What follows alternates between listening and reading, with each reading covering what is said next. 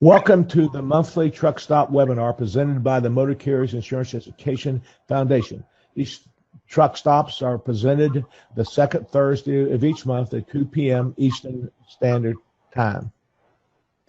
These webinars are presented for industry updates only, for information purposes only, and do not qualify for state CE credit.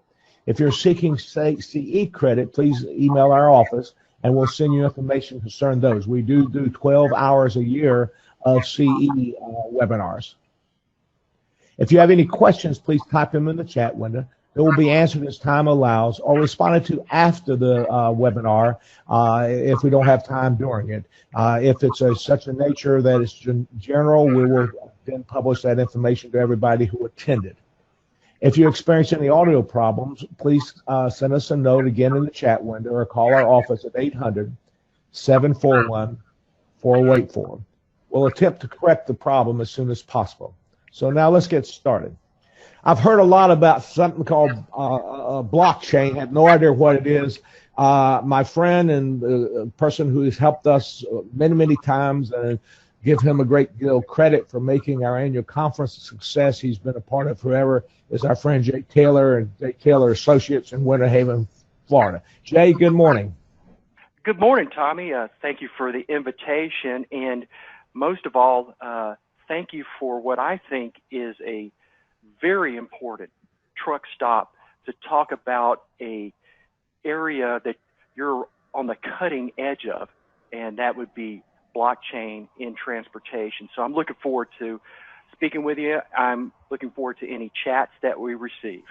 We have a little more information about you later, but just tell them a little briefly about who you are and what and that kind of stuff, just to give them an update, what you specialize in. All right. Well, Tommy, I'm obviously J.W. Taylor. I am the managing member of Taylor and Associates. Taylor and Associates is a boutique law firm that deals strictly in transportation and logistics across the nation. We have the good fortune of representing motor carriers, brokers, freight forwarders, warehousing. And so we deal in transportation. That's what our attorneys do. So every day, all day long, dealing with transportation issues, including the new technologies that come out, like we'll be speaking about today. I'm located, my main office is in beautiful Central Florida, which is gorgeous today in February. I know that that part. Anyway, Jay, and he's been, as I said, someone that I refer a lot of people to when they get involved in the structures of companies and things like that. Let's get started, Jay. This term blockchain, notice I got a question mark after that. What is it? We hear a lot about it, so let's start there. I don't know anything about it. Well, here's the good news, Tommy. Neither does anyone else, and that's why the conversation today is really so timely. So let me give you a few terms that the listeners need to hear, and I'll define blockchain as best it can be defined presently. But blockchain is a shared, immutable, secure ledger, and you're going to hear that term ledger throughout this conversation. A shared, immutable ledger that facilitates the process of recording transactions, Tommy, and tracking these across a business network or an ecosystem. So you have an asset can be tangible, it can be intangible, virtually anything of value can be tracked across the blockchain. And Tommy, we hear often this blockchain associated with what? Cryptocurrency, because where blockchain came from, Tommy, was a area of very sophisticated math. Cryptography is what that's called. And that's where the term cryptocurrency comes from, which is what? A Bitcoin. And so most folks on the street would associate blockchain with currency, Bitcoin.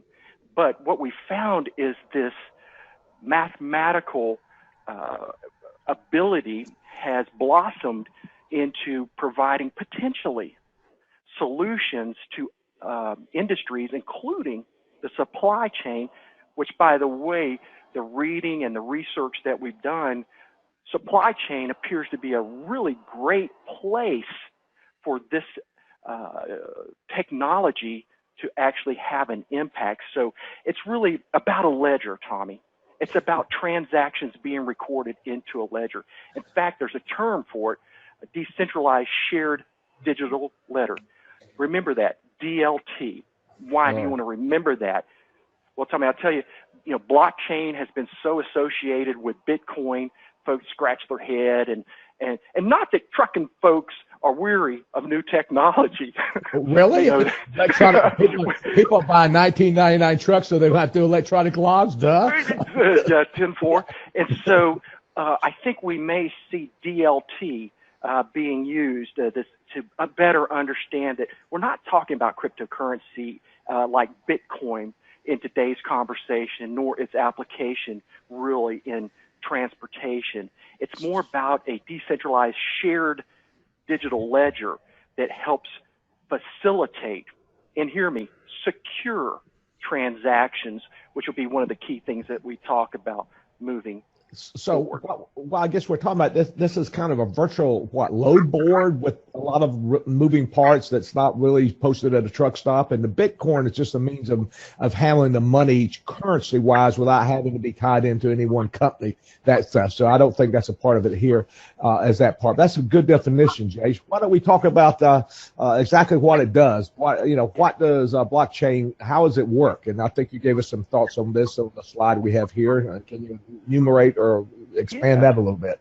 Yeah, and so as we try to understand blockchain, as we try to understand the DLT, this digital ledger, basically how it works without, again, getting into the weeds, because I promise you, Tommy, that the depth of this science is beyond reach. It's really incredibly complicated in that sense, but its application where we're headed.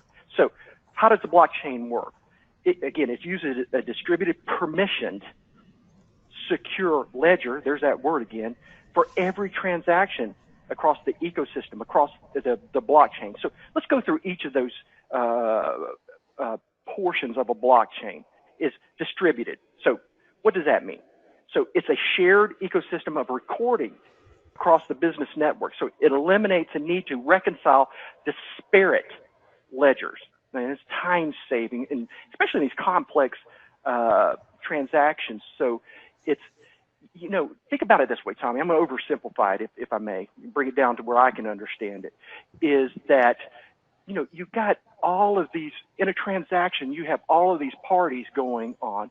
Each of them have their own ledger, right? Their own source. And those can be incorrect in the transaction. They can be manipulated in the transaction. But what if there's a ledger in the middle of that network where everyone puts the information into that ledger and it's secure? It can't be changed. And now you have one, I'm going to keep using this term if I may, truth source. Rather than more than one truth source, you have one secure truth source that everyone can rely on. So that's the distributed part of it. It's permissioned. Again, truth source. Each permission, each member in the network has access, obviously. The information is confidential, and it's on a need-to-know basis. They have a key, Tommy. They have a key to go in. And again, it's a digital key that protects the information, and it's secure. That's the last one.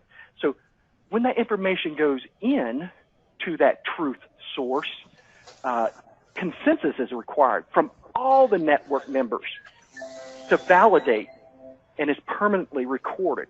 So no one, not even the administrator, by the way, can delete a transaction. That forms the chain, the block that's put into the chain. So it's distributed, it's permissioned, it's secure.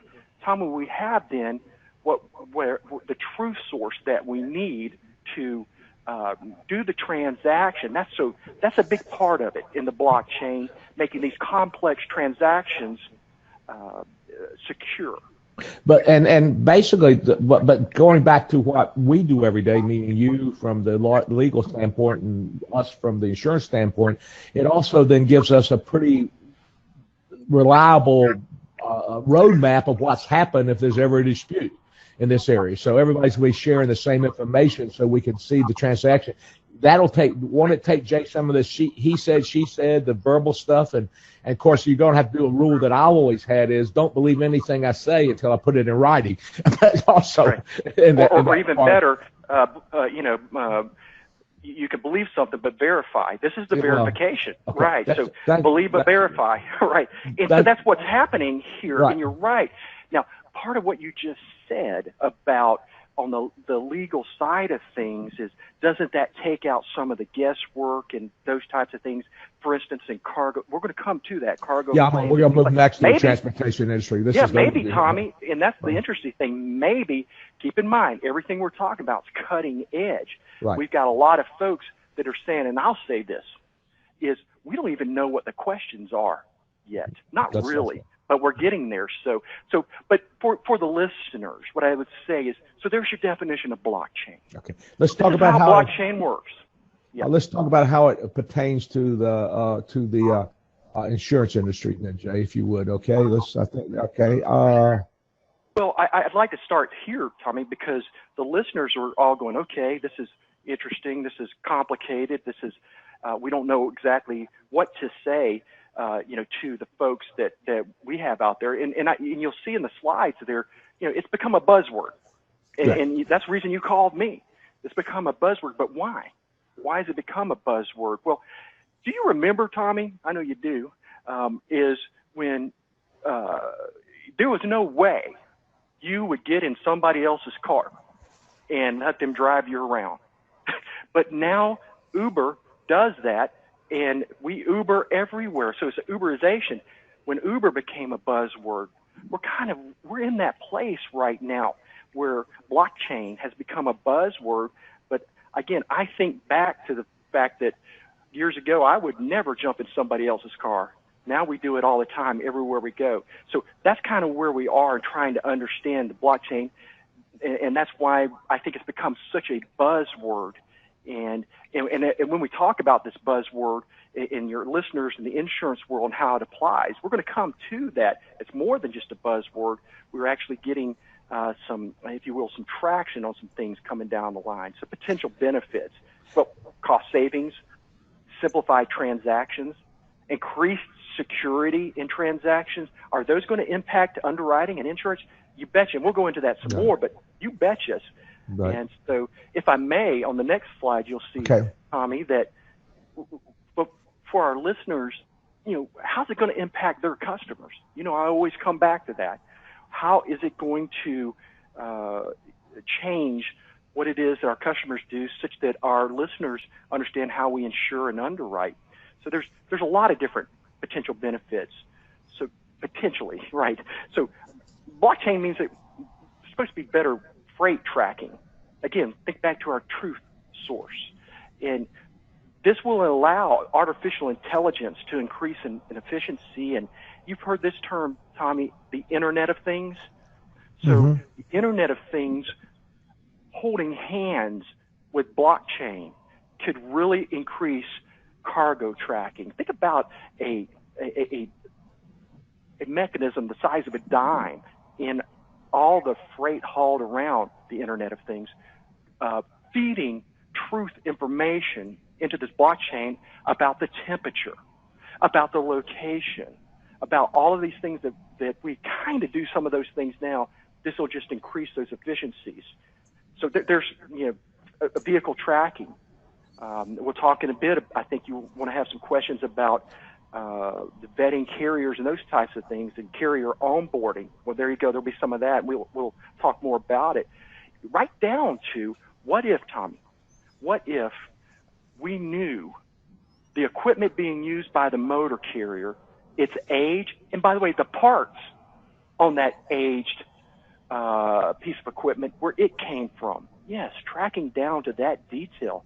Wow. That type of information changes everything. And so what you're saying here, if again, thinking of the future of building this thing out here, is that now when the loads are arranged and accepted and given, there'll be more information included about the parties, from the truck, serial number, the driver, their history, that kind of stuff, as well as the components you're picking up, what's the care of the components, and that kind of stuff, Jay? Is that why all together so everybody's looking at the same document that shows all this stuff?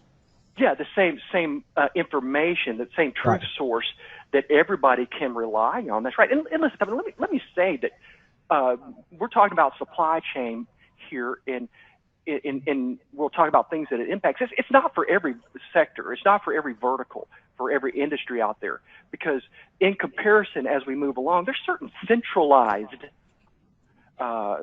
providers and ledgers that make sense, and it works, and we believe in that source. That source is fine. Can I give you an example? Maybe banks, government. There's certain government organizations that are centralized that we rely on. Will driver's license be done by blockchain? Maybe not. But those are things to think about as you look at the different industries and those types of things. So, but we're applying this to transportation and logistics. That's why it may work. And, for instance, making load boards better, smart contracts, increased liquidity. And we'll touch on each of those things today as we move along. Mm-hmm. Right. And obviously somebody pays for all this stuff, so there's got to be some kind of cost benefit in it. Where do you see what will this new technology and all you do think replace what we're doing today, Jay? What a great question, and that leads right from the previous comments. And so it's an inefficient process, supply chain. I think we all agree with that. Gosh, what is it? 90% of the cargo moves by trucking companies with 6 or less. 20% of the cost of the transportation's admin costs, Tommy. And you see these, and again, I'm getting all this information from reliable sources, and happy to provide that information to anyone. But the 20% of cost is administration. So it's putting the two parties together, just getting finding the two. Cut out the paperwork. Stop cutting down trees. Yeah. So, but if you take one reefer load, Tommy, it goes through on average 30 organizations and over 200 communications. Do you think there's any room for error there? When you have all of these different ledgers, all of these different truth sources, and I think this is what it's. For instance, again, our research has shown us that there's 140 billion in payment disputes out there any one day, Tommy. 140 billion. Wow. And so this is going to address those disputes. Why? Because I'm going to explain to you in a minute how something very simply goes across the blockchain in that load that may cut that out. Did you know that on average, invoices get paid net 42 days on average? Average. This is when I teach this and get in front of the audience. One thing that I remind everybody, Jay, that for every truck that a motor carrier has, they got to have about $10,000 to $12,000 of free cash to ride these receivable cycles, because the fuel, the tolls, the driver pay, the food in the driver, and the truck payments are made every month. And then if you have these receivables, you said, that have a delay because of 42 days from the day they deliver it, expense that money and deliver it, they don't collect for those days. That's why they got to have that free cash. And that's one of the things for smaller motor carriers, when they get in this business, they don't think about that thing. They end up factoring and doing other things that then erodes their net income. So we're saying the same thing. If that speeds that up, that helps. Yeah, Tom, in fact, I'll tell you how much that the research is showing it speeds up that. What you're talking about is borrowing cost, right? Floating the business, the receivables. If we can use a supply chain to deal with a movement, the prediction is it'll reduce borrowing costs, Tommy, by 75%. That's huge. Now, we're not going to the Bitcoins, but that's part of this process, because then what would happen when everything's complete, then the money would be transferred almost immediately. Is that what we're trying to work towards, or you think that's one of the benefits that's coming out of this? Yeah, in fact, we'll talk a minute about self-executing contracts within the blockchain, and that's kind of some of these inefficiencies are addressed by that. So let me talk about a couple more. The load board information, you got all these cooks in the kitchen. We'll talk about that. Carrier onboarding or carrier vetting, that's a big deal. And we can talk some more about that. Here's one we haven't mentioned: fleet utilization. And we did talk about the maintenance, knowing every single part, where it came from, its age. So fleet utilization, tracking, and of course for stable contracts that I'd like to spend a few minutes on if we can. But if you go to the next one, how would blockchain decrease payments? We talked about that. That's better, right? Yeah. Yeah, it's the development and implementation of smart contracts, taking advantage of the shared transaction ledger. And so, Tommy, if I may, let me talk about smart contracts. This is the thing that drew me to blockchain initially. You know that I deal with contracts with shippers and warehouse. You don't have to have me just talk about contracts and insurance provisions of those contracts. Yes, sir. I realize there you go. We'll talk about indemnification insurance provisions because the listeners will want to hear about that. But basically, what a smart contract is basically just a self-executing task that's coded throughout the blockchain and are executed upon an occurrence. So let's make it real simple.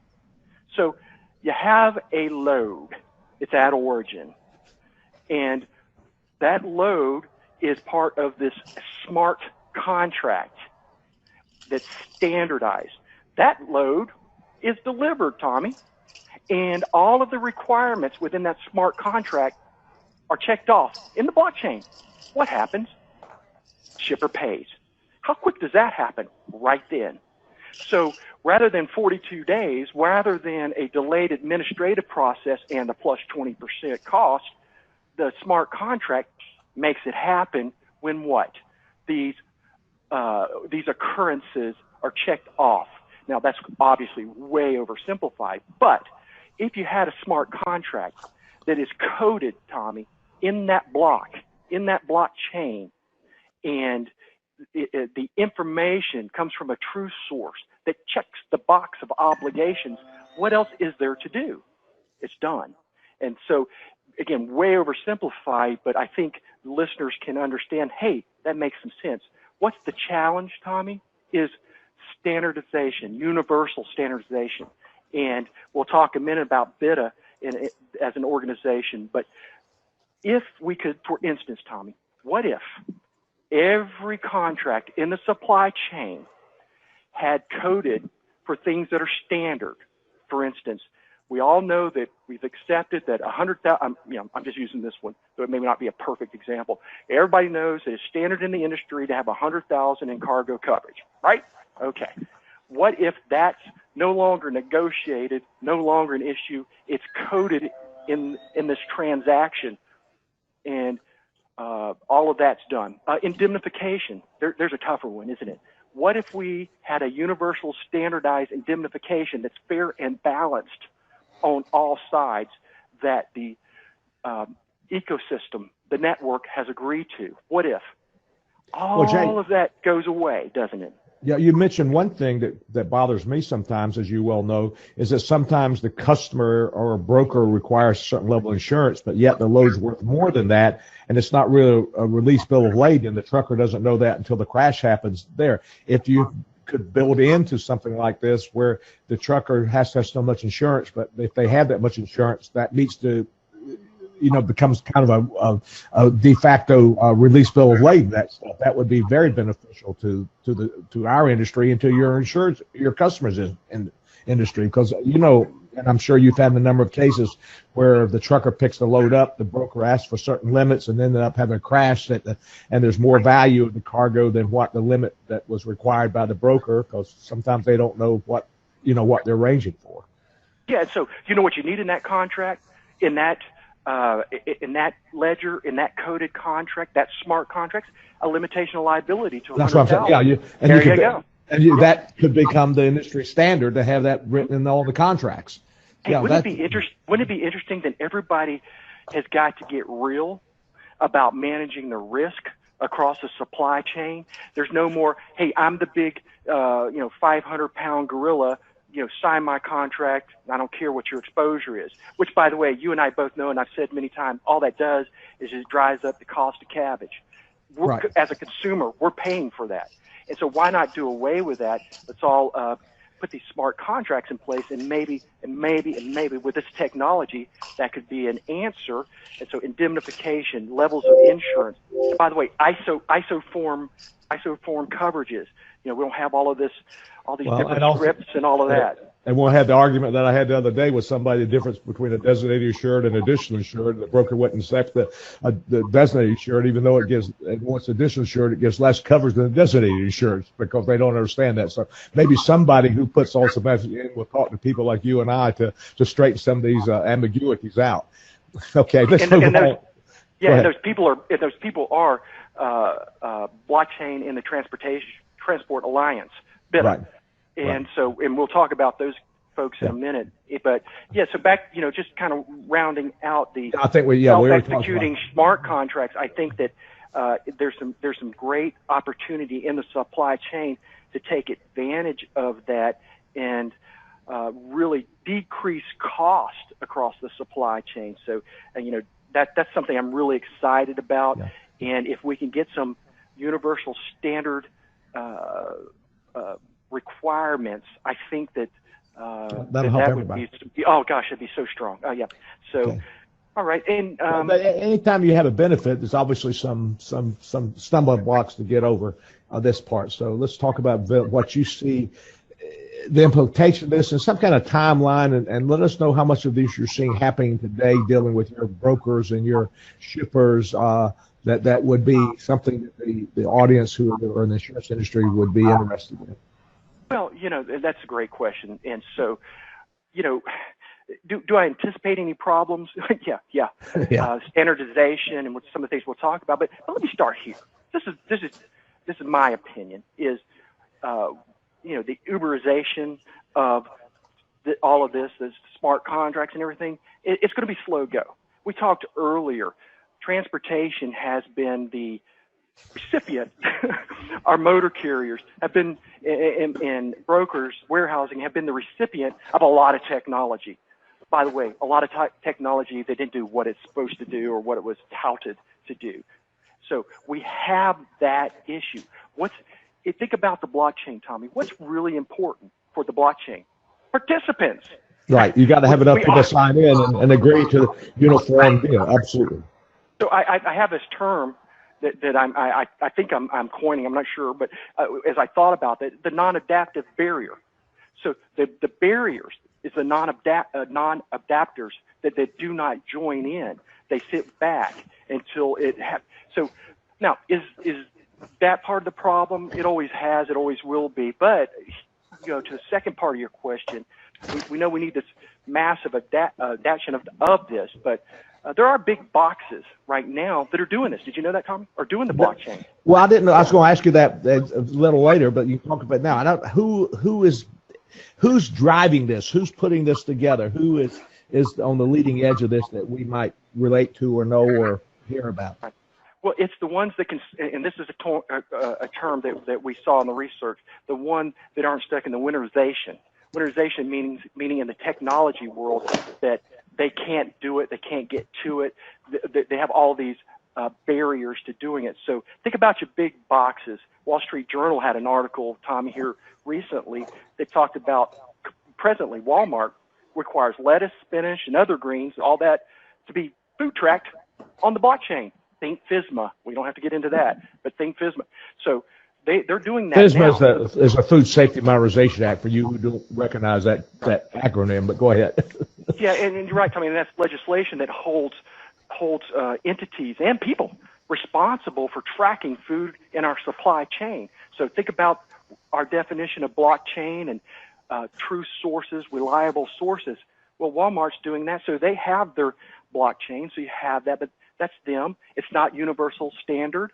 Remember, we want to try to get that so that the whole supply chain can benefit from that. So we have some issues, winterization, as I mentioned, but also privacy poisoning is a term that we see out there that, we're concerned about the privacy of this and how that can be poisoned. But we have some security within this blockchain that's supposed to address those things. But here's another one I think that's going to be an issue that always is what's the government going to do, Tommy, about all of this? Uh, We have fought so hard in transportation, deregulation, but there's going to be compliance, and there's going to be compliance issues. And so we want to be, as best we can, on the front end of legislation and properly steering, by the way, to the benefit of the public, just like we do with our trucking companies and brokerage companies. Safety's first, and we want that as well. We think this makes the food chain safer, is, at least in theory, is the concept, because we can track things very closely. But again, truckers have seen it all, and they're going to be, Tommy, I think, slow to adapt, and we got to prove it. They got to understand that blockchain is not Bitcoin. All of these things that you're beginning to bring out, even in this conversation. Yeah, and I sitting back, just listening to what you said, I two questions obviously you have to have two parties who both are willing to be involved in this process to make it work. Now, you just mentioned what's going to be, in my opinion, the driving force, and that is the Walmarts of the world, the Amazons of the world, which is going to require the people who provide their transportation to be a part of this system. And I see that happening, but who's going to be the referee in this area, or at least the person who's doing the quarterbacking of this stuff, Jay, to bring it to an athletic term, that's kind of putting all these things together, drawing up the plans and making them work. Yeah, and so you have organizations out there, some on the state level, some on the national level. I think one of the most impressive is BITA, that we mentioned, the Blockchain Alliance, Blockchain and Transportation Alliance. And by the way, to your point, right now, today, the BITA members, which are, it's not a lot of members in the scheme of things, but the members, ready? 85% of all truck transactions are done by BITA members today. That's pretty strong.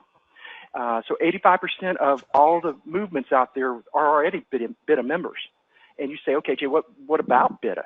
Well, their goal is to educate, obviously, but to create this universal standardization of these requirements. And they have a first round of them published in 2018. Are you cutting edge? Tommy, you're cutting edge. This is right on the edge of this technology. So if we can get the buy-in of everyone that moves everything to be standardized, that's your referee. That's what's putting it together right now. And I should mention that our firm here is one of, I think, 3, but anyway, we're one of the law firms that are actually BITA members. I'll be speaking, I think, next month in Palm Beach to folks on behalf of BITA. So we're involved in that. You speak of Palm Beach, you're going back home then, right, Jay? Yes, back to my old ball days. Your college days, yeah. Just the audience don't not understand this, but just out of coincidence, Jay and I found this out sitting around a barbecue pit in Burlington, North Carolina, with our friend John Love one time, to find out that he actually played ball on a community college that my uncle was the president of. So yeah, one of my favorite people in the whole wide world. A small world that did that part. But yeah, that part. But yeah, that's an important part, because the more they hear people like you or not, and there's one thing that we find, a lot of this legislation and all of this discussion, one area that most of them leave out is an insurance element. So maybe we're trying to get the foundation in the middle to try to help to be a part of this, because I think it also will be helpful. Let's move on to the next one. Are there privacy concerns? We did a webinar, as you know, our breakout last year at the annual conference about the new cyber liability and this kind of stuff. Is there going to be a factor of that, or you think this is going to be better protection for those kind of things? So yes, it is a legitimate and at front concern. And the neat thing about this type of technology, again, nothing I can explain, is the ability to encrypt these transactions. And so that is part of it. Remember back, I said it's secured. The members involved in the transaction have a key. So, but there's still, obviously, in anything that we do digitally, electronically, there's privacy concerns and concerns with, again, the term that's being used, privacy poisoning, and those types of things. So There's think tanks working on those. And, the other part of that is, the trade secrets and all of the things in that transaction, rates, right?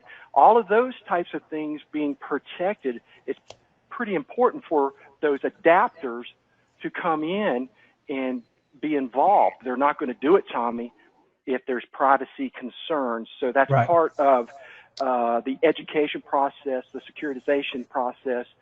But that's the whole idea behind this, is that it is a truth source. Right. That's protected.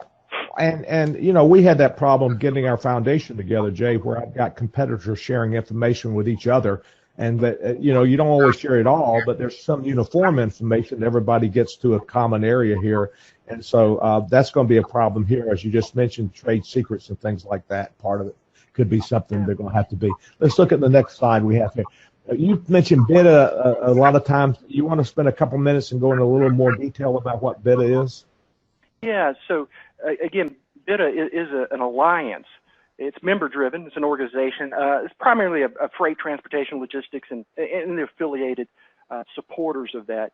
And their mission is this: is to drive for the adoption of this emerging technology that you and I are trying to talk about today. And really, I think it's really creating these common universal standards for the blockchain.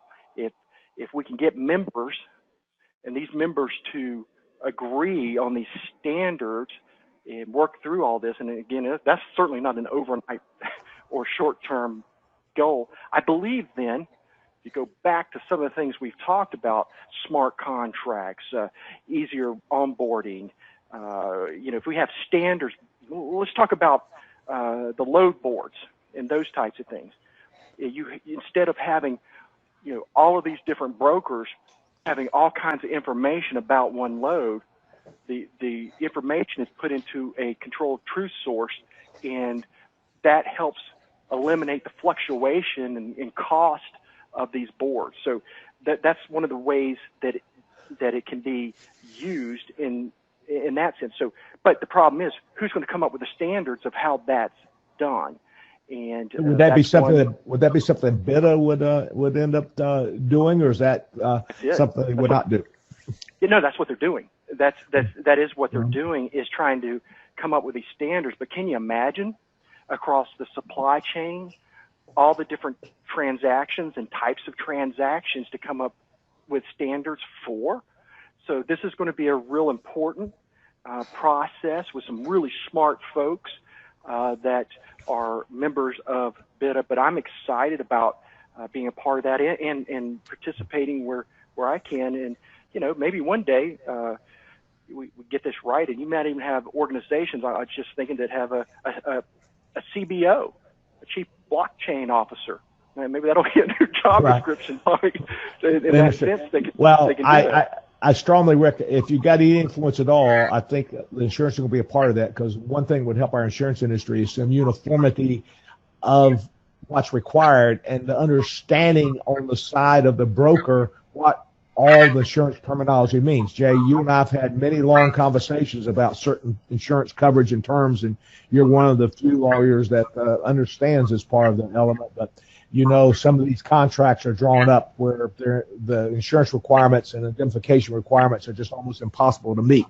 And, and as you said, that just drives the cost of freight up. Or what happens most often is these requirements aren't met, but there's some kind of certificate or some kind of wink that goes on anyway. And that's the worst case scenario, because you can get some protection if it makes sense from the insurance standpoint. So why do we for your listeners, Tommy, to that point, wouldn't it be nice if our smart contracts never ever again ask a non-asset broker to provide $1 million in auto liability hired non-owned? Wouldn't that be nice?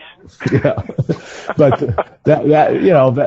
when there's no vehicles involved and that kind of stuff, or we get a uniformity of what additional insured means and what. But to your point, and I want to emphasize this back to BITA, is you're spot on. Insurance and truly understanding the policies and coverages and their true application in our industry requires people like you, people like your listeners, to be involved and help us make sure we're making the right understanding, along with the operators that are members of BITA, just like your organization does today in educating our insurance folks across the nation, so that we're all singing from the same hymn book and using the same terminology. Yeah, so that's a really good point, Tom. Let's we're in the insurance industry, and all this stuff is great and things like that. How do you see this going to affect insurance other than having some uniformity in it?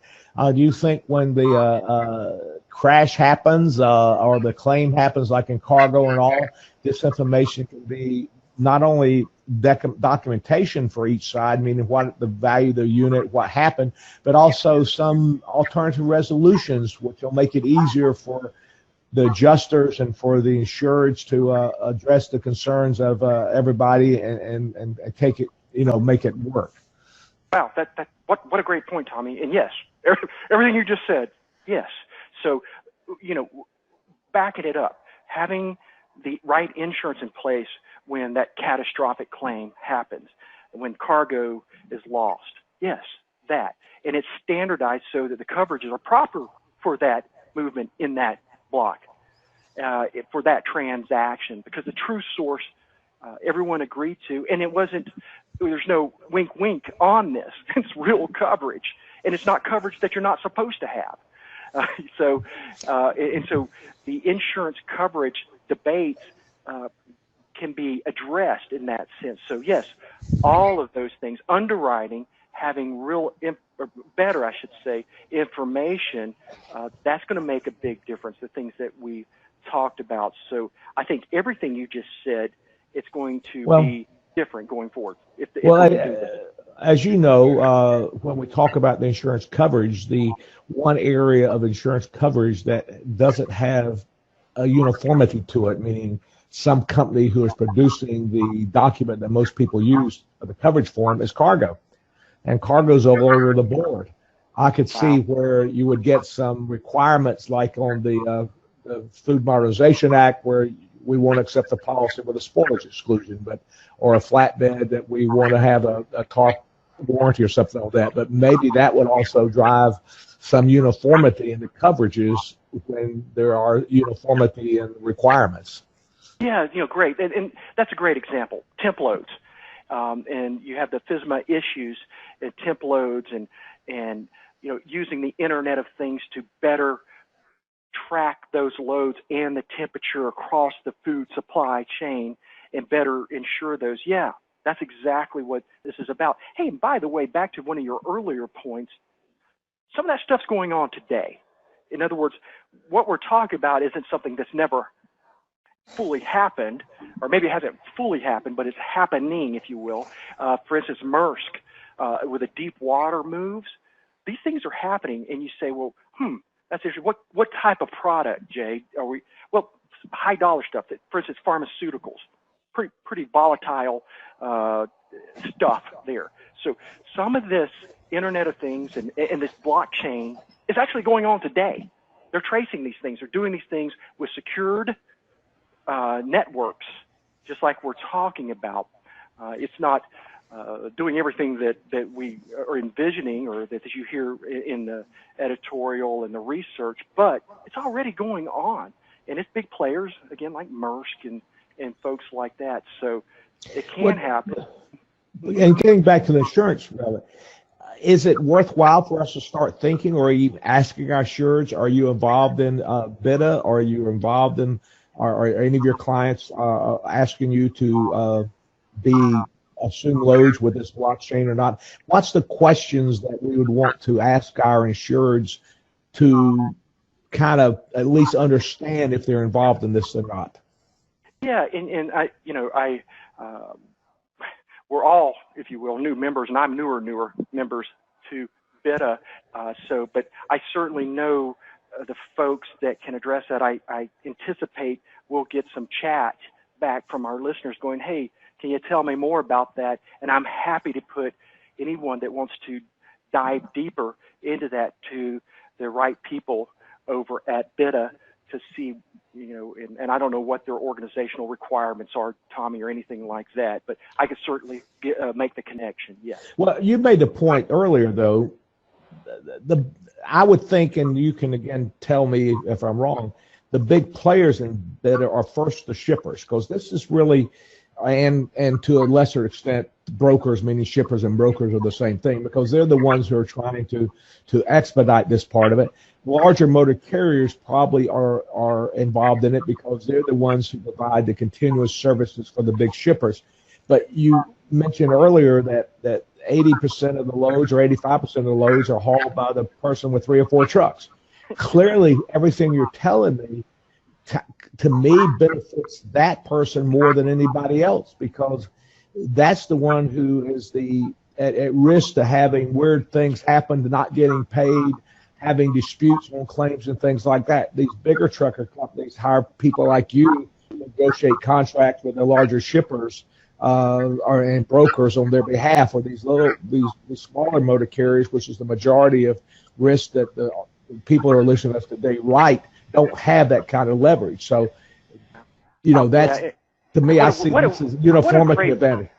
What a great point. And if I may add to that, not only the small carriers and operators out there that move, but even the middle market motor carriers out there that move everything don't have the access that you're talking about. And by the way, that's been true across many of our different platforms and insurance and all those types of things. But could this level the playing field? Maybe that's your question. I don't know. Maybe in some ways, but it's the same motor carrier that can't afford to have someone negotiate their contracts.